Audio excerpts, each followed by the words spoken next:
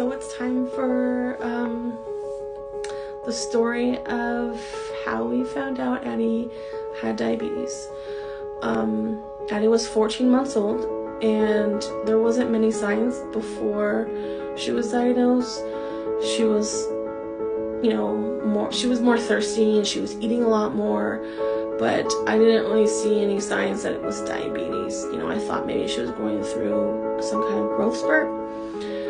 It wasn't until she had vomited for 2 days straight that I really was starting to get concerned. She wasn't keeping anything down. She just kept throwing up, and she looked very thin, and her breathing wasn't normal, and it scared the crap out of me, because I thought, she might have COVID. So I rushed her to the emergency room, and they did her blood work, and they checked her vitals, and she was very lethargic. She could barely keep her eyes open.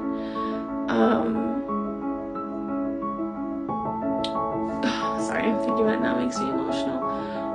Because I was alone. It was during COVID, and I had to go to the ER by myself. My partner couldn't come with me. He stayed home with our other kids.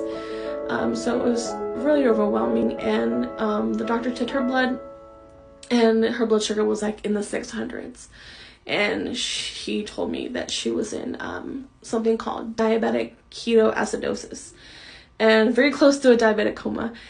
And he told me that we were looking at diabetes, and I was just so confused because I had never ever heard of a 1-year-old having diabetes, and type 1 or type 2 does not run in our family.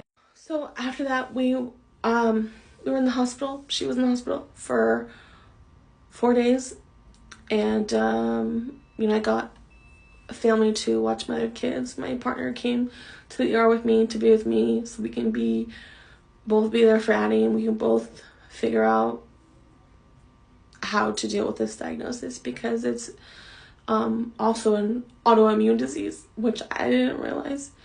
Her 6-month anniversary is actually tomorrow, and I just realized that recording the last clip of this video, so I'm a little overwhelmed, but we've come a long way, a really, really long way. And that's basically how we found out. We're in the hospital for 4 days. They had to slowly bring down her blood sugars, and all of it was just really, really scary and really overwhelming.